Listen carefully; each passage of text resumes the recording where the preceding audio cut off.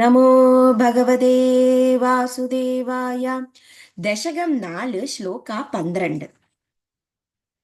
ആസ്തിദഗ അദ മഹരാലയേ യഥാ ശേഷവക്ത്രദഹന ഊഷ്മണാർദ്യതേ ഈയതേ ഭവതുപാശ്രയഃ തദാ വേദസഃ പദം അദക പുരാ ഏവ വാ.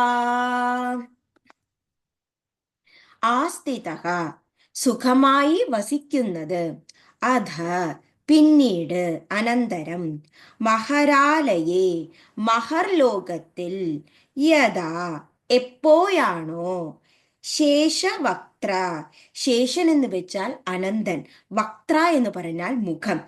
ശേഷവക്ത്ര എന്ന് പറഞ്ഞാൽ അനന്തന്റെ മുഖം, ദഹന ദഹിക്കുവാൻ ഏറ്റവും ശക്തിയുള്ള ആ അഗ്നിജ്വാലകൾ, ഊഷ്മണ ആ ചൂടിനാൽ, ആദ്യത്തെ പീഡിപ്പിക്കുന്നവൻ, ഈയതേ ഉടൻ തന്നെ ഭഗവാനെ പ്രാപിക്കുന്നു, ഭവതുപാശ്രയ ഭഗവാനെ ശരണം പ്രാപിച്ചു കൊള്ളുന്നു, തഥാ അപ്പോൾ, വേദസഹ ബ്രഹ്മവേദസ്സുകളുടെ സഹായത്തോടു കൂടി, പദം ലോകം, അധഃ ഒരു പക്ഷി, പുരാ മുൻപ് തന്നെ,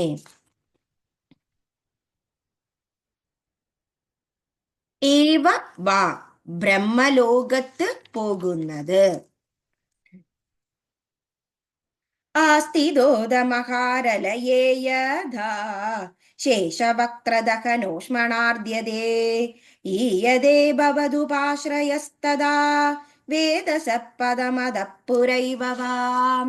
ഇവിടെ നമ്മൾ സദ്യോമുക്തി, ക്രമമുക്തി, അതിനുശേഷം നമ്മൾ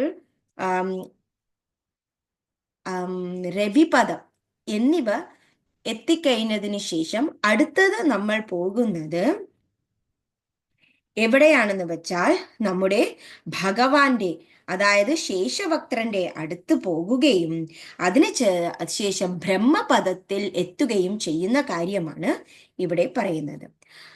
അതായത് സുഖമായി കുറച്ചു കാലം അവിടെ ആ ഉത്തരായണ സമയത്ത് ധ്രുവപദത്തിൽ എത്തിയല്ലോ. അവിടെ രവിപദം കഴിഞ്ഞിട്ട് ധ്രുവപദത്തിൽ സുഖമായി വസിച്ചതിന് ശേഷം അവർ മഹർലോകത്തിൽ എത്തുന്നു.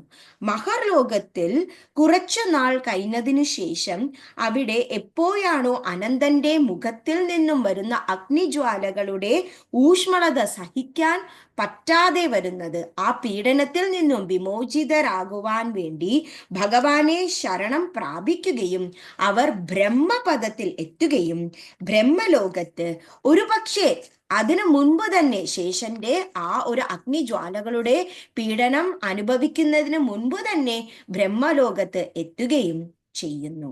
അതാണ് അവരുടെ അടുത്ത ലോകത്തിന്റെ പ്രയാണം, മുക്തി ലഭിക്കുന്നതിന് മുൻപ്. ഓം നമോ ഭഗവതേ വാസുദേവായ. Thank you.